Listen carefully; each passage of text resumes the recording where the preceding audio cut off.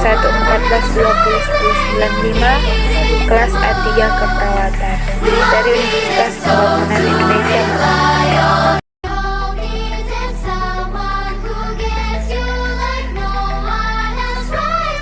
Baiklah, saya akan contohkan pernapasan dalam. Yang pertama, letakkan tangan pada ulu hati. Yang kedua, tarik napas dalam melalui hidung secara perlahan. Yang ketiga, keluarkan udara secara perlahan melalui mulut. Yang keempat, lakukan 3-4 kali.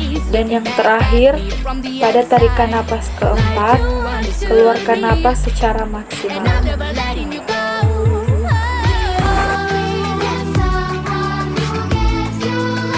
Baiklah, saya akan contohkan bagaimana cara melakukan batuk efektif. Pertama, posisi duduk bersandar dengan leher menunduk. Kedua, lakukan teknik pernapasan dalam. Ketiga, pada tarikan keempat, napas dalam, lakukan batuk 2 kali.